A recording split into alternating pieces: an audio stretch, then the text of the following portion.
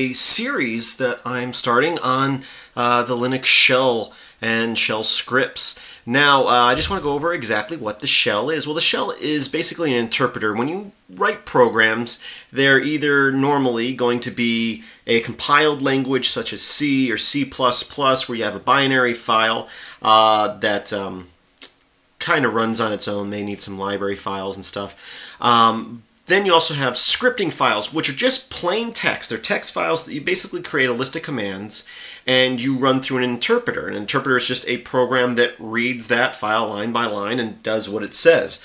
And so the shell is basically an interpreter that you can either dump a script file into, or you can have a prompt where you can type stuff, such as echo hello.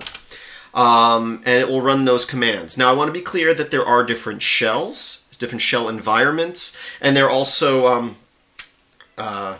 different. There are built-in commands and there are external commands. So for example, I just ran the echo command, which is built into pretty much every shell for displaying information to the screen. It is built in that shell, so as long as you have a shell, that command will be there. Now there are external commands such as grep and sed and awk. These are commands, programs that are normally on almost every system. Even if you're on a very lightweight system, some aspect of those tools are going to be available for you. But they are not built into the shell, so they may not be there. And then there are, external commands can be anything from nmap on up. I mean, technically you can start stuff like Firefox from the shell. And that's not necessarily a shell program, but you can run it from the shell, and running a text-based application is basically the same concept. So I want to clarify that I'll try to, in tutorials, point out when a command is an external command and you have to make sure you have it installed rather than something that's built in. Now, there's also different types of shells, and I'll go over in the next video more of the differences. Like on my system, I have my default shell set to Z shell. And the way you can test this on most systems, one way is type in echo $0, and that will tell you what shell you're running, and you can see I'm running Z shell. On most Linux systems and Mac OS, and probably some other operating systems as well, bash is the default shell. So I just typed in bash and now I am in the bash shell. And again, I'll go over more of the differences between bash and Z shell in the next video, so be sure to check out the playlist in the description of this video to get the full playlist of all the videos in this series. So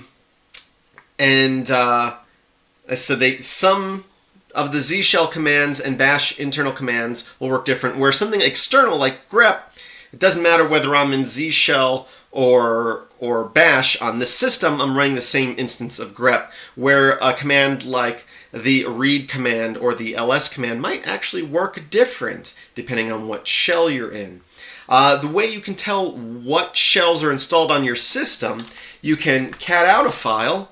So cat /etc/shells. So here we're going to display the information from a file called shells. It's just a text file inside our etc folder within our root directory of our file system. So I can display that, and it should list out all valid login shells that are available on my system. sh is available here, but in most cases that's going to point to your default shell, which will normally be bash on many systems. As I said, I have Z shell installed, but then you can also see that I have dash installed, rbash, and then also screen and tmux, which are a little different, and I might get to those in future videos. I've done videos on them in the past as well. But just want you to be aware that there are different shells. In most cases on my videos, I'm using Z shell, but when I write out scripts, I usually write them in bash, since that's commonly installed on most people's systems, where Z shell may not. So again, this is part of a series. In the next video, I will go over a few of the differences and reasons that I use Z shell over bash, and then we'll get into actually writing scripts and so forth and so on in future videos. Be sure to check out the link in the description of this video for the full playlist. I hope you enjoyed this video. I hope you're excited about this series. Again, the first few weeks is going to be a whole bunch of videos going over some of the basic stuff, a lot of stuff that many of you may know. I'm going to try to point out some issues you might have with simple commands like the echo command, some things that you might come across that you're not sure why it's not working. But still just a little more in-depth on the basic stuff. And then I'm going to go through requests from viewers and try to show how to do many different things based on viewer requests and a long list of tutorials I want to do. So